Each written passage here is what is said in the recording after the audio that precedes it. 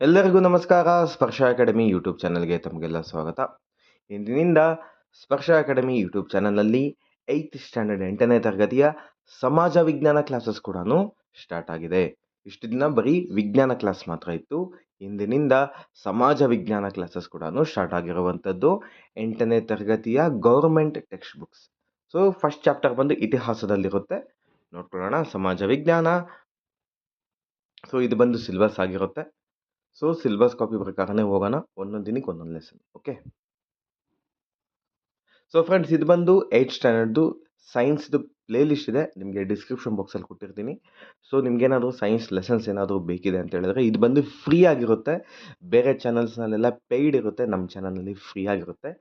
ಕೆಳಗಡೆ ಡಿಸ್ಕ್ರಿಪ್ಷನ್ ಬಾಕ್ಸ್ನಲ್ಲಿ play list ಕೊಟ್ಟಿರ್ತೀನಿ, ನೋಡ್ಕೊಳ್ಳಿ.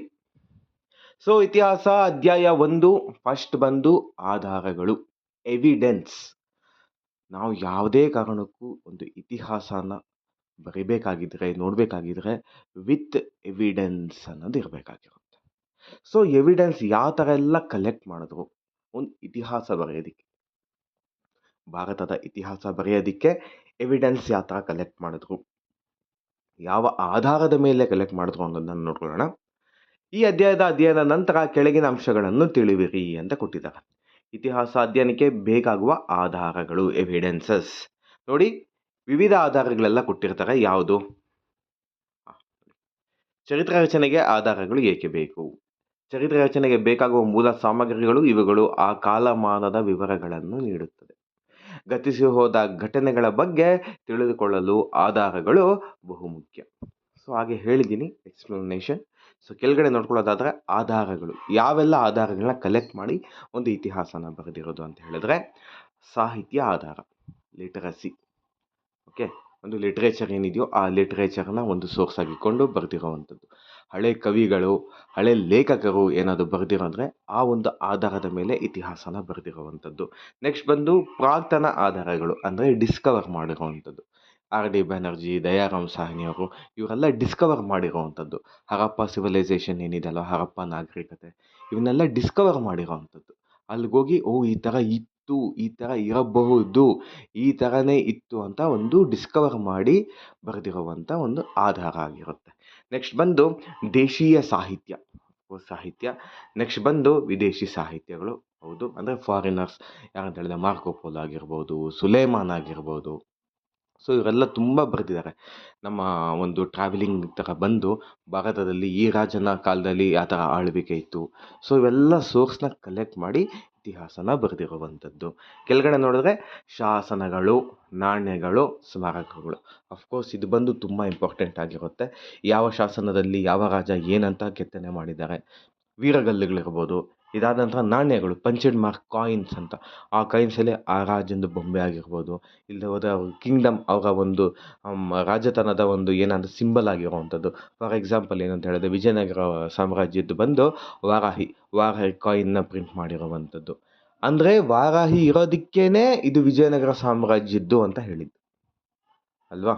ಇದಾದ ನಂತರ ಗರುಡ ಇದ್ರೇನೆ ಇದು ರಾಷ್ಟ್ರಕೂಟರ ರಾಜಧಾನಿ ಅಂತ ಹೇಳಿದ್ದು, ರಾಷ್ಟ್ರಕೂಟರ ರಾಜ್ಯ ಅಂತ ಹೇಳಿದ್ದು.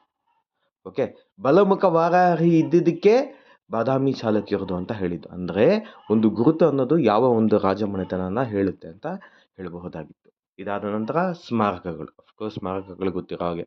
ಎಕ್ಸಾಂಪಲ್ ಅಂದರೆ ತಾಜ್ ಮಹಲ್ ಒಂದು ಸ್ಮಾರಕ, ಶಹಜಹಾನ್ ಕಟ್ಟಿಸಿರುವಂಥದ್ದು.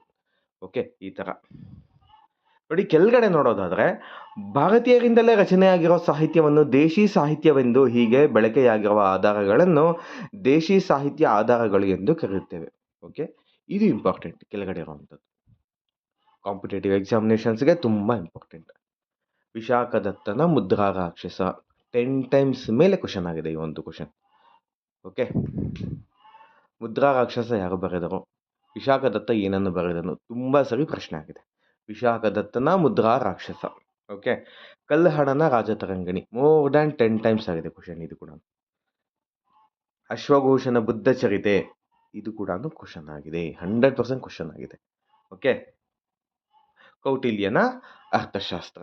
ಇದನ್ನ 4ನ್ನ ನೀವು ನೋಟ್ ಡೌನ್ ಮಾಡ್ಕೊಳ್ಳಿ, ಇಂಪಾರ್ಟೆಂಟ್. ಯಾವುದು ಅಂತ ಹೇಳಿದ್ರೆ ವಿಶಾಖದತ್ತನ ಮುದ್ರಾ ರಾಕ್ಷಸ, ಕಲ್ಹಣನ ರಾಜತರಂಗಿಣಿ, ಅಶ್ವಘೋಷನ ಬುದ್ಧ ಚರಿತ್ರೆ, ಕೌಟಿಲ್ಯನ ಅರ್ಥಶಾಸ್ತ್ರ. ಇದಾದರ ಜೊತೆಗೆ ಬುದ್ಧ ಸಾಹಿತಿಗಳು ಏನಂತ ಹೇಳಿದ್ರೆ ಅದನ್ನೇನಂತ ಕರೀತಾರೆ ಅಂದರೆ ಬೌದ್ಧ ಸಾಹಿತ್ಯನ ತ್ರಿಪೀಠಿಕಗಳು ಅಂತಾನು ಕೂಡ ಕರೀತಾರೆ.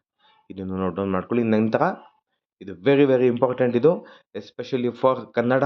ಯಾರು ಕನ್ನಡ ತಗೊಂಡಿದ್ದೀರೋ, ಲೈಕ್ 35 ಕ್ವಶನ್ಸ್ ಏನು ಬರುತ್ತೋ ನಾಳೆ ದಿನ ಗ್ರೂಪ್ ಸಿ ಟೈಪಲ್ಲಿ, ಇದು ತುಂಬ ಇಂಪಾರ್ಟೆಂಟ್. ಇದು ಅಮೋಘ ವರ್ಷನ ಆಸ್ಥಾನದಲ್ಲಿದ್ದ ಶ್ರೀ ವಿಜಯನ ಕವಿರಾಜ ಮಾರ್ಗ ನಂಬರ್ ಆಫ್ ಟೈಮ್ ಕ್ವಶನ್ ಆಗಿದೆ ಇದು. ಓಕೆ, ಇತ್ಯಾದಿಗಳನ್ನು ಇಲ್ಲಿ ಹೆಸರಿಸಬಹುದಾಗಿದೆ. ಸೊ ಇವೆಲ್ಲದಿಂದ ನಾವು ಎವಿಡೆನ್ಸ್ನ ಕಲೆಕ್ಟ್ ಮಾಡಿದ್ದೀವಿ, ಆಧಾರಗಳನ್ನ ಕಲೆಕ್ಟ್ ಮಾಡಿ ಇತಿಹಾಸನ ಬರೆದಿರುವಂಥದ್ದು. ಓಕೆ, ವಿದೇಶಿ ಬರಹಗಾರರು, ಪ್ರವಾಸಿಗರು, ವಿದ್ವಾಂಸರು ರಚಿಸುವಂತಹ ಗ್ರಂಥಗಳಿಗೆ ವಿದೇಶಿ ಸಾಹಿತ್ಯ ಆಧಾರವೆಂದು ಕರೆಯುತ್ತೇವೆ. ನೋಡಿ, ಇದು ವೆರಿ ವೆರಿ ಇಂಪಾರ್ಟೆಂಟ್. ಇದು ಮೆಗಸ್ತನೀಸನ ಇಂಡಿಕಾಯಿಂದನೇ ಮೌರ್ಯನ್ ಸಾಮ್ರಾಜ್ಯ ಯಾವ ಥರ ಇತ್ತು, ಮೌರ್ಯರ ಸಾಮ್ರಾಜ್ಯ ಈ ಥರ ಇತ್ತ, ಒಂದು ಕಲ್ಪನೆ ಬಂದಿದ್ದೆ ಇಂಡಿಕಾ ಅನ್ನೋ ಒಂದು ಬುಕ್ಕಿಂದ. ಅದಕ್ಕೆ ಮುಂಚೆ ಮೌರ್ಯನ್ ಸಾಮ್ರಾಜ್ಯದ ತುಂಬ ಕಡಿಮೆ ಗೊತ್ತಿದ್ದಿದ್ದು ನಮಗೆ. ಈ ಇಂಡಿಕಾ ಅನ್ನೋ ಒಂದು ಬುಕ್ಕಿಂದನೇ ಮೌರ್ಯರ ಸಾಮ್ರಾಜ್ಯ ಇಷ್ಟು ಹರಡಿತ್ತ, ಇಷ್ಟು ವ್ಯಾಪ್ತಿ ಇತ್ತ, ರಾಜ ಈ ಥರ ಇದ್ನ, ಸೈನ್ಯ ಈ ಥರ ಇತ್ತ ಅಂತ ಗೊತ್ತಾಗಿದ್ದು ನಮಗೆ. ಓಕೆ, ಹ್ಯುಯನ್ ಸಾಂಗಿನ ಸಿಯುಕಿ, ಹರ್ಷವರ್ಧನ ಇಮ್ಮಡಿ ಪುಲಿಕೇಶಿದ್ ಏನಾದರೂ ಆಧಾರಗಳು ಸಿಕ್ಕಿದೆ ಅಂದರೆ ಹ್ಯುಯನ್ ಸಾಂಗಿನ ಸಿಯುಕಿಯಿಂದಾನೆ. ಆಯಪ್ಪನೇ ಬರೆದಿರುವಂಥದ್ದು, ಕಂಪ್ಲೀಟ್ ಪಿಕ್ಚರೈಸೇಷನ್ ಬರೆದಿದ್ದಾರೆ ಹರ್ಷವರ್ಧನನ ಬಗ್ಗೆ ಮತ್ತು ಇಮ್ಮಡಿ ಪುಲಿಕೇಶಿ ಬಗ್ಗೆ. ತುಂಬ ಆಧಾರಗಳು ಅವರಿಬ್ಬರದ್ದು ಏನಿದೆಯೋ ಅದು ಹ್ಯುಯನ್ ಸಾಂಗಿಂದನೇ ಕಲೆಕ್ಟ್ ಮಾಡಿರುವಂಥದ್ದು. ಹ್ಯುಯನ್ ಸಾಂಗಿನ ಸಿಯುಕಿ. ನೆಕ್ಸ್ಟ್ ಬಂದು ಫಾಹಿಯಾನನ ಗೋಕೀಕೋ, ವೆರಿ ಇಂಪಾರ್ಟೆಂಟ್. ಇವರು ಗುಪ್ತಾಸ್ ರೂಲಿಂಗಲ್ಲಿ ಬರ್ತಾರೆ ಫಾಹಿಯಾನ್. ಓಕೆ ನೋಡಿ, ಸಿಲೋನಿನ ದೀಪವಂಶ ಮತ್ತು ಮಹಾವಂಶ, ವಿಜಯನಗರ ರಾಜ್ಯಕ್ಕೆ ಬಂದು ಹೋದ ಫರ್ನಿಯೋ ನ್ಯೂನೆಸ್, ಬಾರ್ಬೋಸಾ, ನಿಕೋಲೋ ಕೊಂಟಿ ಮುಂತಾದವರ ಕೃತಿಗಳನ್ನು ಉದಾಹರಿಸಬಹುದು. ಸೊ ಇವೆಲ್ಲ ನೆಕ್ಸ್ಟ್ ನೋಡ್ಕೊಳ್ಳೋಣ ಟ್ರಾವೆಲರ್ಸ್ ಬಗ್ಗೆ. ಒಂದೊಂದು ರಾಜ್ಯದಲ್ಲಿ ಯಾವ ಯಾವ ಟ್ರಾವೆಲರ್ಸ್ ಬರ್ತಾರೆ ಇವನ್ನೆಲ್ಲ ಕಂಪ್ಲೀಟಾಗಿ ನೋಡ್ಕೊಳ್ಳೋಣ. ಓಕೆ, ಪ್ರಾಕ್ತನ ಆಧಾರವೆಂದರೇನು? ಸಂಶೋಧನೆ ಮತ್ತು ಉತ್ಖನನಗಳಿಂದ ದೊರೆತಿರುವ ಶಾಸನಗಳು, ನಾಣ್ಯಗಳು, ಸ್ಮಾರಕಗಳು, ಮಡಿಕೆ, ಕುಡಿಕೆ ಹಾಗೂ ಇನ್ನಿತರ ಪಳೆಯುಳಿಕೆಗಳನ್ನು ಪ್ರಾಕ್ತನ ಆಧಾರಗಳೆಂದು ಕರೆಯುತ್ತೇವೆ. ಸೊ ನಿಮ್ಗೆ ಹಾಗೆ ಹೇಳಿದೆ, ಯಾವ ಥರ ಅಂದರೆ ಡಿಸ್ಕವರ್ ಮಾಡುವಂಥದ್ದು, ಇದನ್ನು ಪ್ರಾಕ್ತನ ಆಧಾರ ಅಂತ ಹೇಳ್ತಾರೆ. ಹರಪ್ಪ ಸಿವಿಲೈಸೇಷನ್, ಹರಪ್ಪ ನಾಗರಿಕತೆ, ಇದೆಲ್ಲ ಡಿಸ್ಕವರ್ ಮಾಡಿರುವಂಥದ್ದು. ಓಕೆ, ಒಂದು ಮಡಿಕೆ ಕುರುಹಗಳಿಂದ, ಇದಾದ ನಂತರ ಏನಾದರೂ ಒಂದು ಸಣ್ಣದಾದ ಚಾಕು ಏನಾದರೂ ಸಿಕ್ಕಿದ್ರೆ, ಇಲ್ಲವಾದ ಒಂದು ಅಸ್ಥಿಪಂಜರ ಸಿಕ್ಕಿದ್ರೆ, ಇಲ್ಲವಂದ್ರೆ ಒಂದು ಏನಾದರೂ ಇಟ್ಟಿಗೆ ಸಿಕ್ಕಿದ್ರೆ, ಇದ್ರ ಮುಖಾಂತರ ನೋಡ್ಕೊಳ್ಳೋವಂಥದ್ದು. ಕಾರ್ಬನ್ ಡೇಟಿಂಗ್ ಮಾಡಿ ಇದು ಯಾವ ವರ್ಷದ್ದು, ಎಷ್ಟೇ ಶತಮಾನಕ್ಕೆ ಇದು ಸಂಬಂಧಪಟ್ಟಿರುವಂಥದ್ದು. ಸೊ ಇವೆಲ್ಲ ಆಧಾರಗಳನ್ನ ಕಲೆಕ್ಟ್ ಮಾಡುವಂಥದ್ದು. ನೋಡಿ, ಶಾಸನಗಳ ಅಧ್ಯಯನ. ರೈಟ್ ಸೈಡ್ ನೋಡೋದಾದರೆ ಹಲ್ಮಿಡಿ ಶಾಸನ ಕೊಟ್ಟಿದ್ದಾರೆ, ಕನ್ನಡದ ಮೊದಲ ಶಾಸನ ಹಲ್ಮಿಡಿ ಶಾಸನ. ನೋಡ್ಕೊಳ್ಳೋಣ, ಇಂಪಾರ್ಟೆಂಟ್ ಇದು ಕೂಡ ಹಲ್ಮಿಡಿ ಶಾಸನ. ಓಕೆ ನೋಡಿ, ಶಾಸನಗಳು ಆಯಾ ಕಾಲಮಾನದ ಜೀವಂತ ಮಾಹಿತಿಗಳು. ಇವು ಅಂದಿನ ಧರ್ಮ, ಸಂಸ್ಕೃತಿ, ಆರ್ಥಿಕತೆ, ಆಡಳಿತ ಇನ್ನಿತರ ಅಂಶಗಳ ಬಗ್ಗೆ ಮಾಹಿತಿಯನ್ನು ಒದಗಿಸುತ್ತದೆ. ನೋಡಿ, ಧರ್ಮ, ಸಂಸ್ಕೃತಿ, ಆರ್ಥಿಕತೆ, ಆಡಳಿತ. ನೀವು ನೋಡೋದಾದರೆ ಕರ್ನಾಟಕದಲ್ಲಿ ಜಾಸ್ತಿ ದಿನ ಆಳಿದಂಥ ಒಂದು ಧರ್ಮ ಯಾವುದಾಗಿತ್ತು ಅಂದರೆ ಜೈನ ಧರ್ಮ ಆಗಿತ್ತು ಆ ಕಾಲದಲ್ಲಿ. ಇದಾದ ನಂತರ ಬಂದು ನೆಕ್ಸ್ಟ್ ಎಲ್ಲ ಚೇಂಜ್ ಆಗುತ್ತೆ, ಯಾವ್ಯಾವ ಧರ್ಮ ಬರುತ್ತೆ. ಓಕೆ, ಇದಾದ ನಂತರ ಸಂಸ್ಕೃತಿ, ಆರ್ಥಿಕತೆನೂ ತುಂಬ ಇಂಪಾರ್ಟೆಂಟ್. ಸೊ ಆವಾಗ ಏನು ಸೋರ್ಸ್ ಏನಿತ್ತು ಆರ್ಥಿಕತೆಗೆ, ಯಾವ ಥರ ಎಲ್ಲ ಒಂದು ಜನ ಬದುಕ್ತಿದ್ರು, ವ್ಯಾಪಾರ ಏನಿತ್ತು, ಟ್ರೇಡಿಂಗು. ಓಕೆ, ಆಡಳಿತ, ಅಡ್ಮಿನಿಸ್ಟ್ರೇಷನ್. ಓಕೆ, ಇವೆಲ್ಲ ನೋಡ್ಕೊಳ್ಳೋಣ, ಮುಂದಿನ ಲೆಸನ್ಸಲ್ಲಿ ನೋಡ್ಕೊಳ್ಳೋಣ. ಓಕೆ, ನಮ್ಮ ದೇಶದಲ್ಲಿ ನಮಗೆ ದೊರಕುವ ಅತ್ಯಂತ ಪ್ರಾಚೀನ ಶಾಸನವು ಮೌರ್ಯ ಚಕ್ರವರ್ತಿ ಅಶೋಕನನ್ನು ಹೊರಡಿಸುವ ಶಾಸನವಾಗಿದೆ. ಇದು ಬಂದು ಅತ್ಯಂತ ಹಳೆಯ ಶಾಸನ ಭಾರತದಲ್ಲಿ. ಓಕೆ, ಇವನು ಕಲ್ಲು ಹಾಸಿನ ಮೇಲೆ ಹಾಗೂ ಕಲ್ಲಿನ ಕಂಬಗಳ ಮೇಲೆ ಶಾಸನವನ್ನು ಕೆತ್ತಿಸಿದನು. ಇವನು ಶಾಸನಗಳು ಭಾರತದ ಹಲವೆಡೆ ದೊರೆತಿದೆ, ಕರ್ನಾಟಕದಲ್ಲೇ ತುಂಬ ಇದೆ ಅಶೋಕನದು.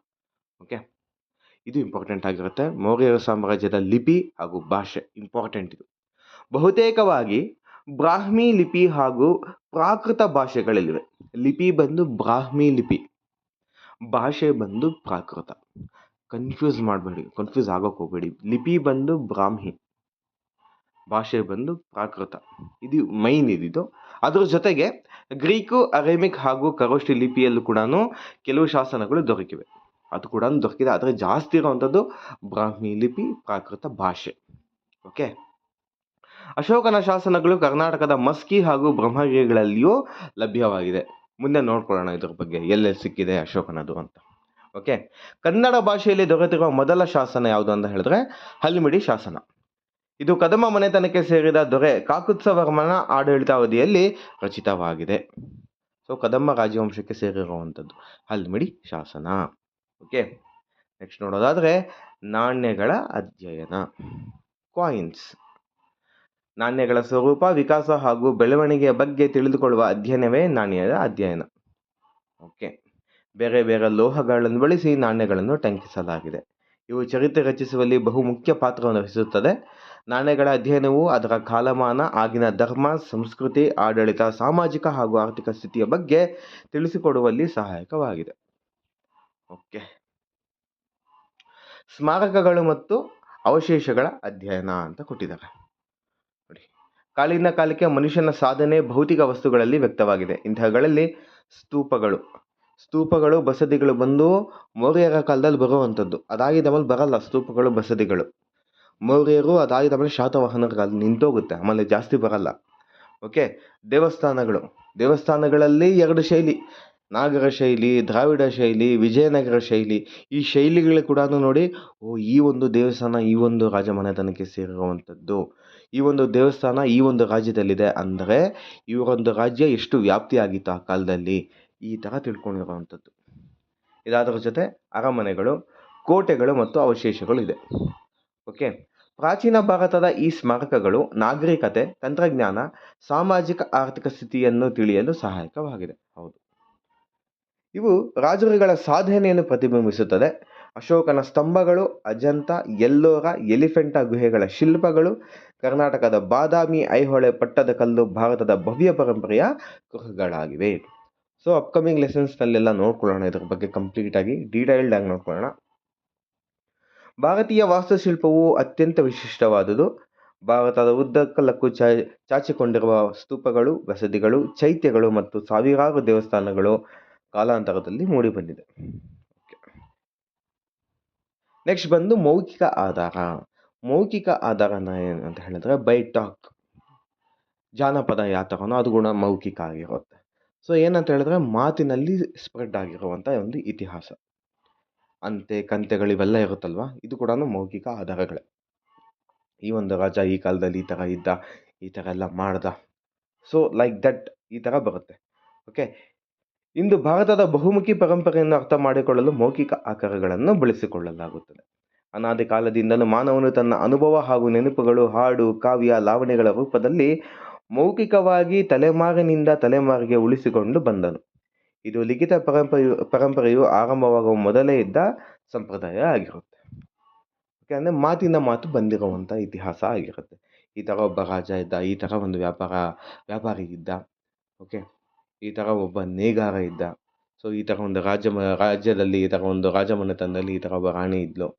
ಸೊ ಈ ಥರ ಒಂದು ಮೌಖಿಕ ಆಧಾರ, ಮಾತಿನ ಮಾತಿಗೆ ಬಂದಿರುವಂಥ ಆಧಾರಗಳು. ಓಕೆ, ಸೊ ಲಾಸ್ಟ್ ಬಂದು ಐತಿಹ್ಯಗಳು. ಭಾರತದ ಬಹುತೇಕ ಪ್ರದೇಶಗಳು ವ್ಯಕ್ತಿ, ಘಟನೆ, ಪರಂಪರೆಗಳ ಕುರಿತಾದ ಐತಿಹ್ಯಗಳಿವೆ. ಓಕೆ, ಇನ್ಸ್ಕ್ರಿಪ್ಷನ್ಸ್ ಅಂತ ಹೇಳ್ತಾರೆ. ಐತಿಹ್ಯಗಳು ಸ್ಥಳ ಪುರಾಣಗಳೆಂದು ಕರೆಯುತ್ತಾರೆ. ಸಾಮಾನ್ಯವಾಗಿ ಚರಿತ್ರೆಯ ಅಧ್ಯಯನಕ್ಕೆ ಇವು ನೇರ ಮಾಹಿತಿಯನ್ನು ನೀಡುವುದಿಲ್ಲ. ಇವು ನೀಡುವ ಪರೋಕ್ಷ ಮಾಹಿತಿಗಳಿಂದ ಇತಿಹಾಸವನ್ನು ರಚಿಸುವ ಯತ್ನವನ್ನು ಇತ್ತೀಚೆಗೆ ಇತಿಹಾಸಕಾರರು ಮಾಡಿರುತ್ತಾರೆ. ಓಕೆ, ಸೊ ಫ್ರೆಂಡ್ಸ್, ಇಲ್ಲಿಗೆ ಫಸ್ಟ್ ಲೆಸನ್ ಮುಗಿದಿದೆ. ನೆಕ್ಸ್ಟ್ ಲೆಸನ್ನಿಂದ ಸಾಮ್ರಾಜ್ಯಗಳು ಸ್ಟಾರ್ಟ್ ಆಗುತ್ತೆ. ಅದಾದ ನಂತರ ಒಂದು ಪ್ರೀ ಹಿಸ್ಟೋರಿಕ್ ಪೀರಿಯಡ್ ಕೂಡ ಸ್ಟಾರ್ಟ್ ಆಗುತ್ತೆ. ಕಂಪ್ಲೀಟಾಗಿ ಕೂಡ ಮಾಡ್ಕೊಡ್ತೀವಿ. 8ನೇ ಸ್ಟ್ಯಾಂಡರ್ಡ್ ಸಮಾಜ ವಿಜ್ಞಾನ ಕಂಪ್ಲೀಟ್ ಕ್ಲಾಸಸ್ನ ಮಾಡ್ಕೊಡ್ತೀವಿ. ಇದ್ರ ಜೊತೆಗೆ ವಿಜ್ಞಾನ ಕ್ಲಾಸಸ್ ಕೂಡ ಕಂಪ್ಲೀಟಾಗಿ ಮಾಡ್ಕೊಡ್ತೀವಿ. 8th ಸ್ಟ್ಯಾಂಡರ್ಡ್ದು ಕಂಪ್ಲೀಟಾಗಿ ಕ್ಲಿಯರ್ ಆಗುತ್ತೆ.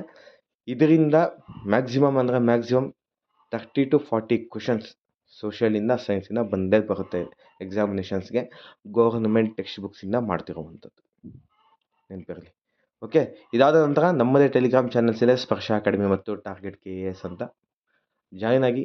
ಕ್ವಿಝ್ ಇರುತ್ತೆ, ವಿಡಿಯೋಸ್ ಬಗ್ಗೆ ಅಪ್ಡೇಟ್ಸ್ ಇರುತ್ತೆ. ಏನಾದರೂ ಬೇಕಿದ್ರೆ ಕೂಡ ಟೆಲಿಗ್ರಾಮ್ ಚಾನಲ್ಸ್ನಲ್ಲಿ ನಾವು ಅಪ್ಡೇಟ್ ಮಾಡ್ತೀವಿ.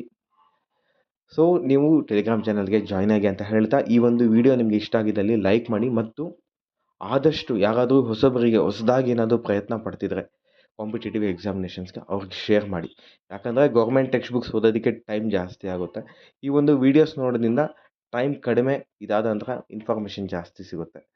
ಸೊ ಯಾರಾದ್ರು ಹೊಸಬರಿದ್ದರೆ, ಇದಾದ ನಂತರ ಯಾರಾದರೂ KASಗೆ ಪ್ರಿಪೇರ್ ಆಗ್ತಿದ್ರೆ ಅಂಥವ್ರಿಗೆ ದಯವಿಟ್ಟು ಶೇರ್ ಮಾಡಿ ಅಂತ ಹೇಳ್ತಾ, ತಮ್ಮೆಲ್ಲರಿಗೂ ಒಳ್ಳೆಯದಾಗಲಿ. God bless. ಜೈ ಹಿಂದ್, ಜೈ ಕರ್ನಾಟಕ ಮಾತೆ. ಧನ್ಯವಾದಗಳು.